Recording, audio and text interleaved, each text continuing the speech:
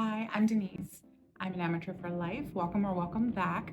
I have a little bit of information that I've learned about myself recently. So, over the course of the past year, I have really been trying to learn about how I can best take care of myself. So, I come from a family that worked very hard all of their lives.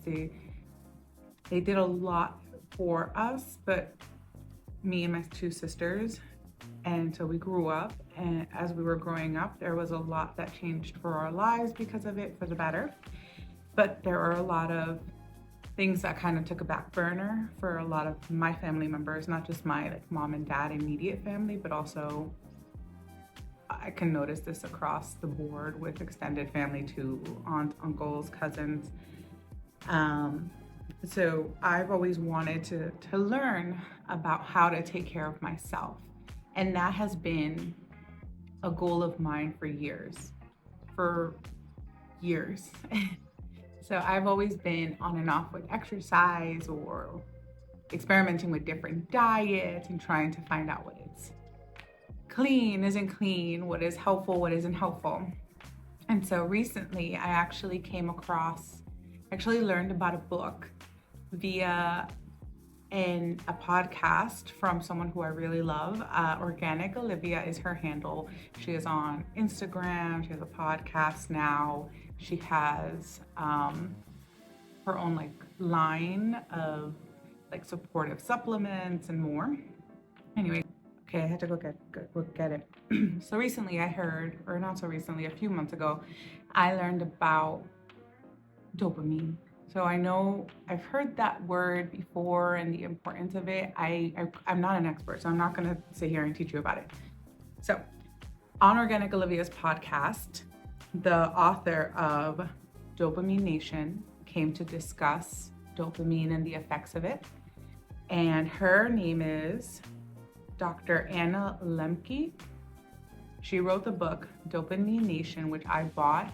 So I was very curious. Looks like this. I got it off Amazon, but I've seen it in the bookstore too. And the book itself does a really good job of outlining a lot of different things, including just how our brain is wired and how it's meant to be wired. And so she does a really good job of breaking down what that means and what that looks like, and also how, just like the book cover title says, just how our nation kind of has an excess of dopamine. Dopamine is a feel-good chemical in our brain. This is what I understand of it. Please do your own research. But it's a feel-good chemical in our brain that reacts when we do something that we enjoy. It also can teeter towards the side of excessive. Depends. So for me, I applied it to a few different things in life, right? Like when you are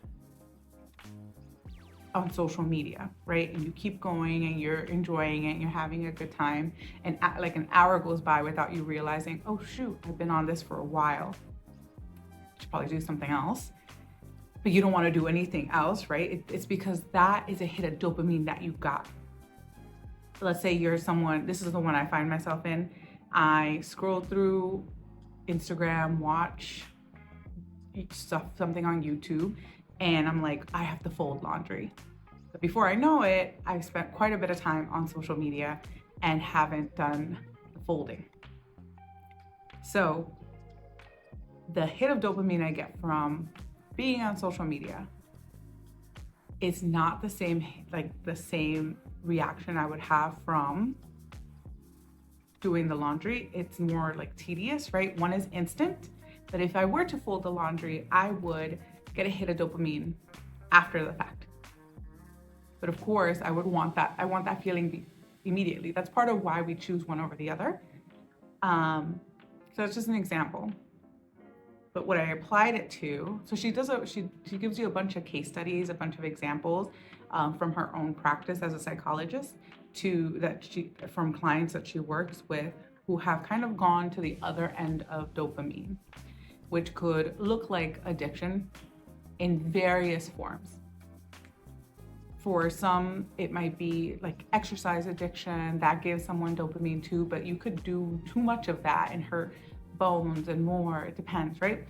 So I applied it to myself. I'm just giving you examples, but I applied it to myself and my life. I have been working out I've always been someone who struggled with weight and has gone to the doctor throughout many years. And I am very fortunate. I'm very fortunate in that I'm a very healthy person to this date and time. The only thing that I have is higher cholesterol, and I had a higher A1C, which is what you would have if your blood sugar levels kind of teeter. And of course, those kind of things. And by the way, there's a healthy, on both sides of my family, there's diabetes, there's high blood pressure, there's things like that, which is why it's kind of on the back of my mind for health. So those are the things that I've been trying to keep in mind throughout my day-to-day, and I've been trying to figure out my diet. And reading this book really kind of hit home for me in terms of diet, because I've been exercising for the last 3 years. I do weight training. It's not crazy. It's like, I do strength training.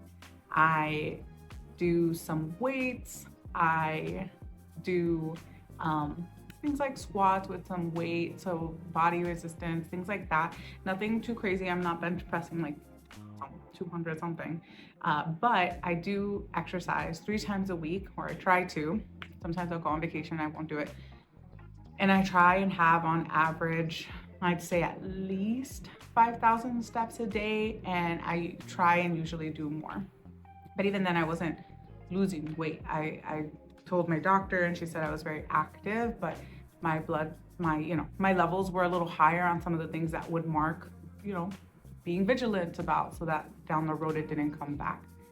So it really hit home to read this, because what I realized is that I needed to take stock of some of the things that I do or don't do. And one of the things that I realized is I didn't have a knowledge of what the composition of a healthy diet should be, right? I knew I needed to have proteins, have carbs, have vitamins, have complex carbs, have fat, good kind of fat, avocados, etc. I just didn't know what that needed to look like. So I started to observe, as she explained. I started to observe the way I eat. I started calorie counting for a bit. With the calorie counter, Lose It. I've used FitnessPal before. I liked it too, but that was a few years ago. And my friend recommended this one, so I just started with it. One of the first things that I did was, I'm fortunate enough to have a friend who is a registered dietitian. So I asked her little bits here and there. She was very generous with her help. And so I gave her my weight. I gave her my activity level. I gave her my goal. And for me, I weighed, a few years ago, I was at probably, it might have been my heaviest. It was a few years in my life where I didn't weigh myself. But the heaviest I have been, I believe, was 236 or 235, 235 pounds, 236.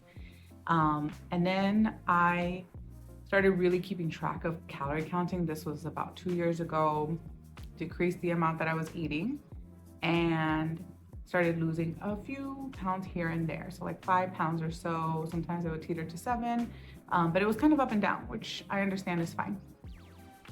But I wouldn't budge, even if I was exercising and calorie counting and like keeping track of it. So when I read Dopamine Nation, I was like, oh, I have to figure this out. So my registered dietitian friend actually helped me calculate my macros, which I think was the missing piece for me. I didn't know what that meant. I didn't know what to do with that until she gave me those numbers.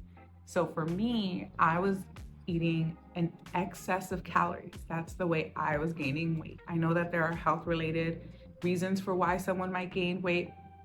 That, of course, that is very valid. So I am speaking explicitly about myself and my experiences. For me, I was excessively eating calories, and also not a not a appropriately distributed amount for carbs, fat, and protein. I was kind of doing an excess of all of them.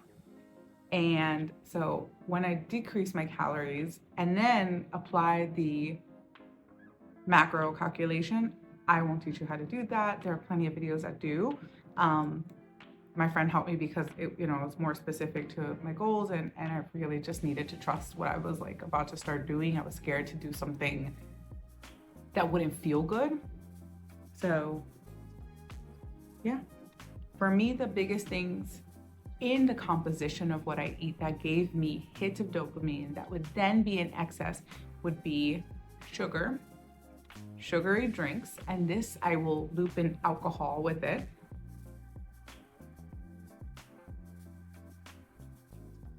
Chocolate, that one's huge for me, and overeating overall. So like if I have snacks or anything like that, pasta, carbs, I love carbs, right? I would just do it in excess, even when I was like not doing it a lot. So I didn't realize that I was over measuring. I actually didn't measure things. It wasn't until I started evaluating my macros that I was like, I'm doing everything in excess. And I really wanted to prioritize my health because I'm 33 years old right now, now going into 2025, 34, about to be 34. And I have a partner. And one of the goals in my life down the road, not right now, we're not engaged even right now, we're married, is to hopefully plan for a family. And in planning for a family, I want to be at the best possible place physically that I can be, because there's so much that we can't control in something like that I want to take as much control as I possibly can. Insert anxiety here, insert a false sense of control here. So I actually did a dopamine decrease, which for me just became decreasing based off of the macros, some of the things that just really gave me that hit of dopamine. Again, chocolate, sugary drinks, alcohol in there, carbs, and anything sugar, just like candy. So like like any kind of candy you can think of. I loved it. I love it. So ice cream. So think about things like that. And I was like, all right, let's just cut those things out, right? We're not cutting out carbs. I didn't cut out carbs like bread. I just kept it within macros. And I found that one of the things the Dopamine Nation book talks about is that we do things like that. We like what I was doing, which is overeating, or what someone else might do, like scrolling on Instagram or TikTok or anywhere that's like going to distract you for too long and not really participating in other things, is because we're trying not to deal with something. And for me, there was a physical aspect of that finally helped me kind of address it. I have a lot of anxiety, like sometimes unreasonably so, about some things that really like are overthought. So I think part of it was me needing something like a sweet treat because I wanted not to feel the anxiety or feel sadness or feel a sense of lack of control, which, as you see, is probably one of the themes. And so, of course, then I would have a lack of control in this hit. So I did 3 weeks of this. The goal was 4, but I recently experimented with eating sugar again, just like a few different things. And I didn't do it in excess the way I did before, but I did do it. They usually recommend about 26 grams of artificial sugar. Take away, do not include fruits in this. This is what my registered dietitian friend told me. And I did close to 26 grams of sugar. I just kept an eye on it. So this included little bonbons of ice cream, and Girl Scout cookies. And I can tell you that I did feel a difference. I felt a difference in my overall like mental state. I started getting, not because I ate it, it was an aftermath of, I guess, feeling the sugar spike.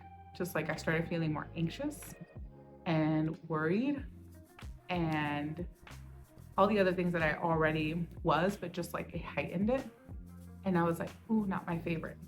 I went to work out as a part of it as at my usual level. So I didn't do anything different from my workout, the same thing throughout the last 3 weeks, and just decided, all right, let's see how I feel if I just go back to my regular schedule. So I did that and felt much better. But it was interesting to see, and this was yesterday, this was interesting to see how I reacted to going back to what I would usually have done before and notice the difference of my body. Things that I didn't expect happened in the past 3 weeks, actually. When I did change my diet, it became easier. It actually, and this might seem like common sense to some, but it actually became easier to exercise. I didn't feel as sluggish, or I didn't feel like I had to push as hard. And I know as a woman, as a cisgendered woman, there's a cycle, you know, the menstruation cycle impacts like energy levels. I kept that in the back of my mind too. But I did notice that throughout the last few weeks, I had more energy. It was not as hard of a push through or like convincing myself to go exercise. I was more enthusiastic about, once I got past the first week of, I need this, I need that, I actually felt really good and empowered to just like do other things, like make a video, edit a video, make the bed, get into the routine of washing dishes every night. Things like that started to come up. And little things started to happen. Expected other things that happened over the past 3 weeks, and one of my goals, the reason why I did it for 3 weeks was my annual appointment came, and last year I had a few numbers that were high, but high to the point of teetering of risk. So my A1C, for example, was a 5.5, and these are numbers that are like created by systems, right, that are long standing. So pre-diabetes, it begins at 5.7, and I was at 5.5, so that for me felt a little too close to what I was trying to avoid. I know that, again, this is what I have a situation where I have some control over this. I know that, again, for some folks, that is that is an experience that they have. Like my dad and my mom, they both have diabetes. They, for most of their lives, did not, but because of their unhealthy diet, stress levels, and sedentary, minimal physical activity, they both were diagnosed with diabetes later down the road. And so kind of seeing myself on that same path when I had still some like control and time kind of brought me on these like constant thoughts for myself for that. So my A1C was pretty high. My cholesterol was pretty high too. And I wanted to just like do this little experiment and see what those numbers might look like. 3 weeks doesn't make a huge difference, but I wanted to see if it made a difference.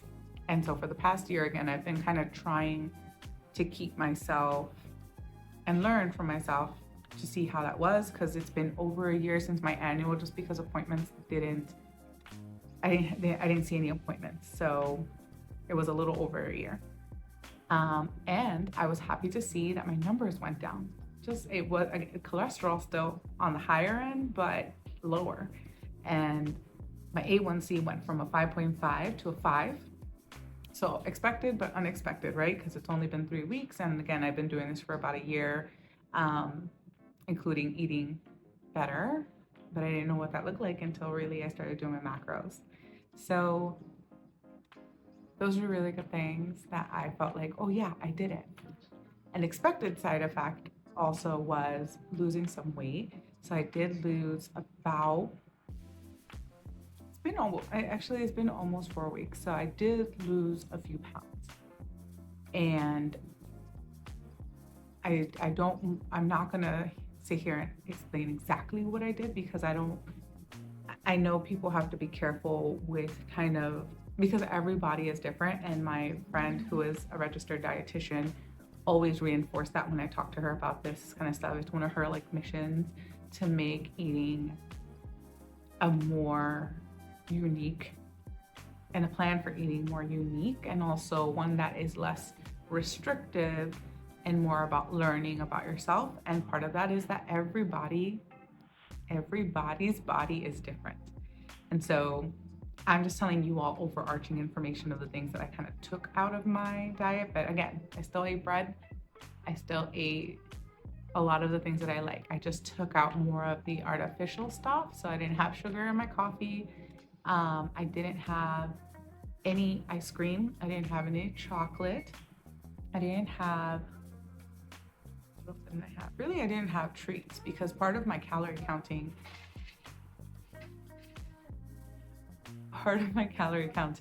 showcased that 1/3 of my diet calorie intake was sweet treats. So it wasn't that I wasn't eating in excess. It was not, or like eating meals in excess. It was that I was eating and indulging in things to get that dopamine hit more than needed. So again, this was an experiment, one that she in the book, the doctor outlines examples of how she recommended other people do this.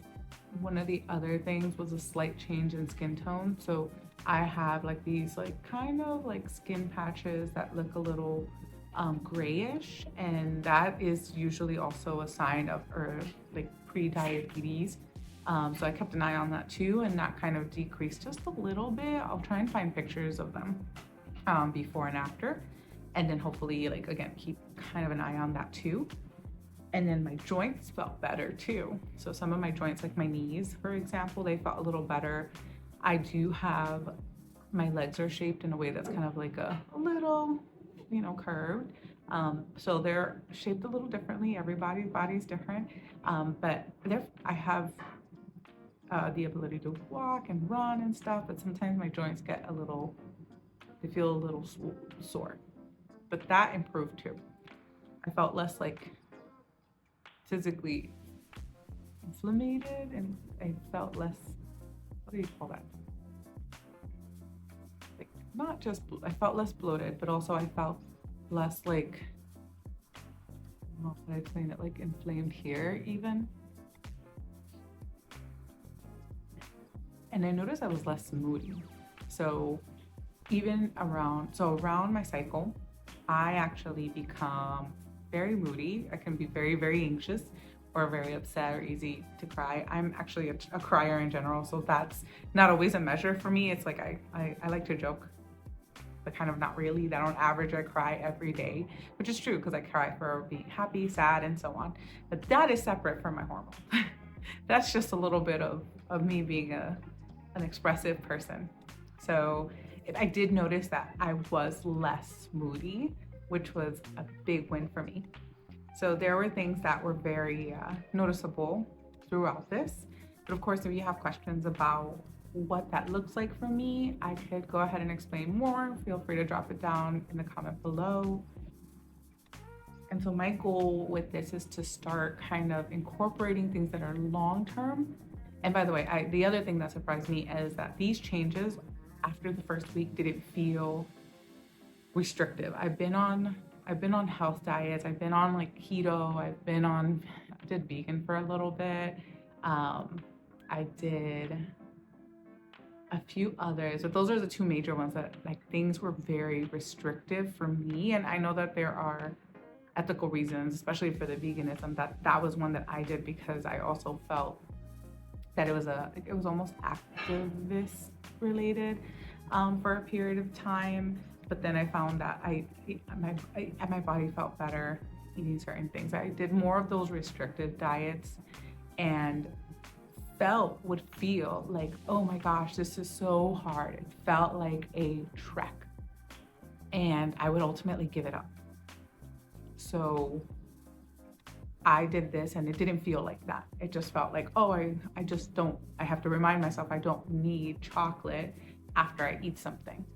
And that was it's still a thing that comes up from time to time, but it became easier. It became less of a immediate in the mind after a while.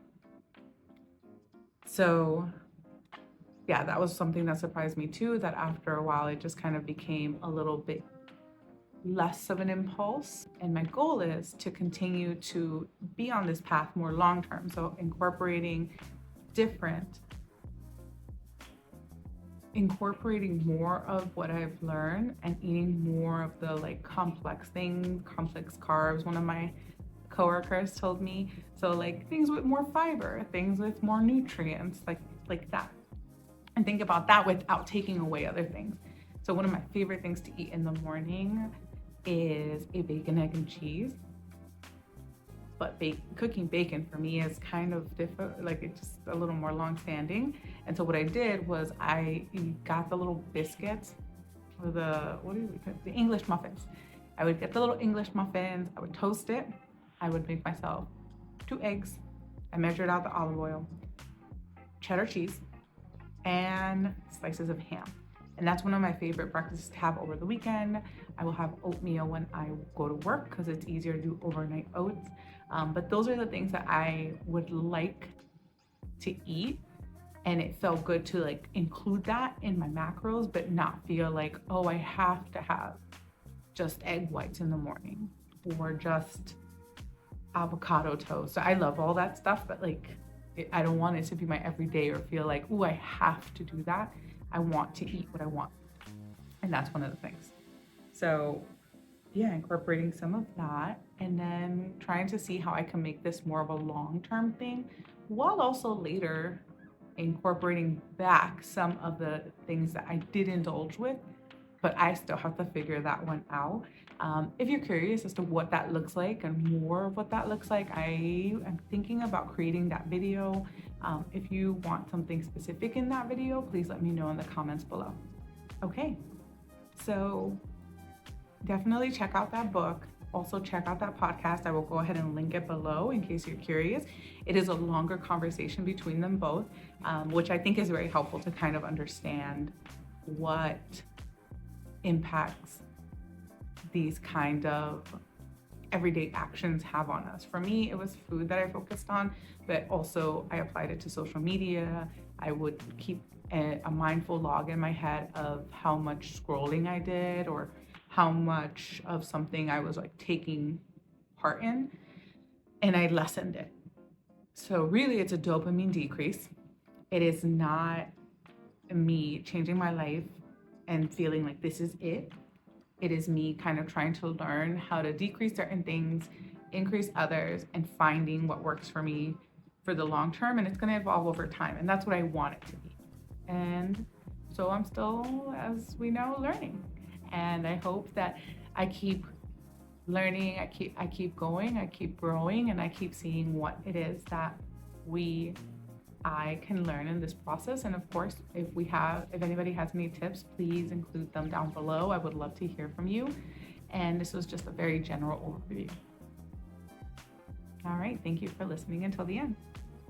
Bye. If you really enjoyed this topic, then please, I just touched the surface, but please like and subscribe, comment below, and see how we can start a discussion with one another about this and how we can help each other keep going and keep growing. All right, thanks.